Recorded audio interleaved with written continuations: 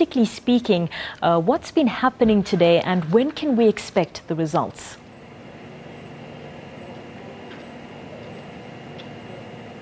Well, thanks for Bakshni. Well, with the kinds of challenges that in particular the opposition is raising, it doesn't look like we're going to get those results, certainly not before, I would say, late on Thursday, and that is at the earliest, because our experience with these sorts of things is that you have to engage the political parties even when you disagree with what they are raising, and more often than not, half of what they are raising are not really real issues that go to, that speak to the very issues that are usually the issues that they raise are it's usually something that is being substituted, that is a substitute for something else. In other words, a code word for something else. And also, very often when in situations like these where you have an opposition that has grown in perhaps leaps and bounds from where they sit, but however, that would not have done enough to actually get to where they would have wanted to go, it becomes difficult for politicians to go back, to their respective constituencies to say, maybe we did a lot more than what we're able to do previously, but it just wasn't good enough. Now, I'm not saying that's what has exactly happened here, but our experience, having looked at the sort of past elections, especially that we've seen, throughout this particular year, it does look like, the sorts of delays you usually see, half of them have nothing to do with real processes. But I think Thursday is what we're looking at more realistically, but it could just drag on beyond that. For Bakshni. Okay, so more or less we're looking at Thursday, but exactly where are we in terms of the actual counting process?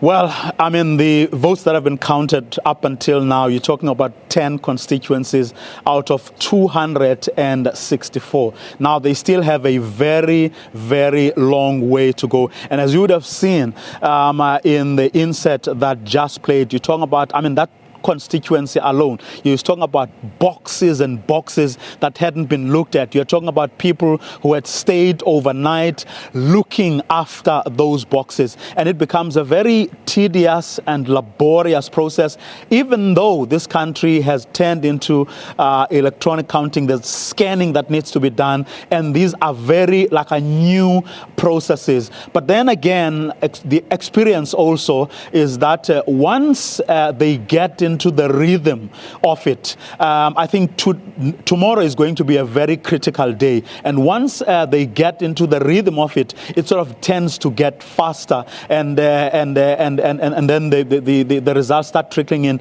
much quicker than would have been the case when they started. So there's a great deal of hope. And if you look at what has happened recently in Zambia, you look at what we witnessed in Burundi and so on, similar things have happened. So it's not something to be, I think, to really stress about, although, the announcement of results is something that everyone looks forward to because they want to get that over and done with. But initially it becomes difficult, but as soon as they start catching up, it becomes easier from there.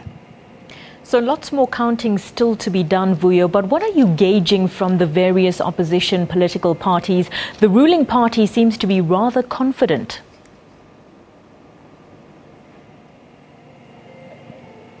No, they certainly are. Look, they have every reason to. Here's a party that has never, ever gotten a very real challenge before. For all the 54 years that they have been in power, they have never really been tested. Now, it is the first time in this election that opposition has upped the ante. But even there, certainly from what pundits are saying, certainly from what the latest polls are saying, the opposition certainly hasn't done enough. But of course, I mean, on Sunday, it will be the Tanzanian themselves who will have spoken. And as soon as we get the result, we'll know if that indeed is what has happened.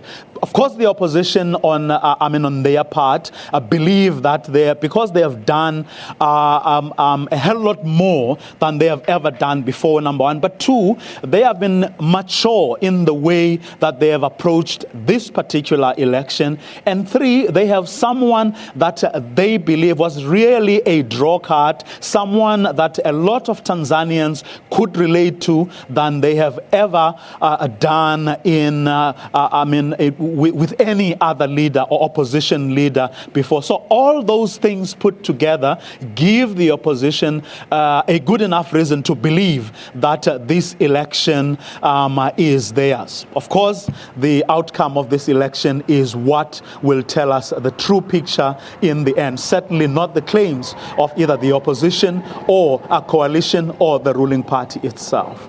But one thing is certain, Vapakshini, it is that Tanzania will never be the same again. And I think there's a lot, that all the stakeholders will take out of this election from the ruling party itself, in that it will have to jack up its game if it wins, but also from the opposition. Even if they lose, they will have a lot to build upon, and one hopes that they will indeed do that. But of course, if they do win, that will mean that a lot of change would come Tanzania's way, and it better be the kind of change that the people of this country are looking forward to. But also at an administrative level, I think organizations like the National Electoral Commission have a lot to learn and a lot of catching up to do to make sure that their integrity or the integrity of their elections is in fact intact. So coming out of this election, Tanzania, I think, will be a lot wiser and a lot better. But that's if the leadership of political parties, but also of civil society, as well as people who have a stake in this election, including the police, as long as they will have learnt from this election. That was our contributing editor, Vuyo Mvoko, coming to us live from Dar es Salaam, talking